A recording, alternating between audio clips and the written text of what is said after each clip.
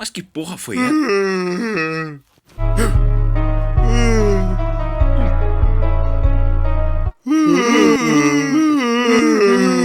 O que é isso? Eu não consigo parar de bocejar. Ah, isso dói muito. A minha mandíbula tá doendo. Ah! Eu tô bocejando porque você tá bocejando. E eu tô bocejando porque você não para. Para! Não, que tal você parar de bocejar? Vai em algum lugar que eu não possa te ver bocejando. Tá de sacanagem, Legoshi? Eu falei pra ir num lugar que eu não possa te ver. Porra, quem boceja assim, alto pra cacete? Porra!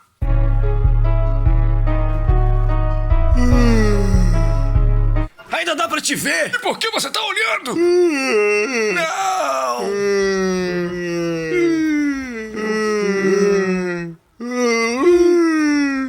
Cala a boca! Caramba! Você vai segurar esse bocejo, Legoshi! Esses malditos bocejos!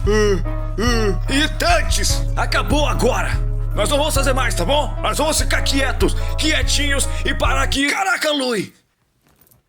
Viu? Eu não minto! Acabou! Isso! Podemos descansar! Finalmente! Podemos respirar! Conseguimos! Sim! Final!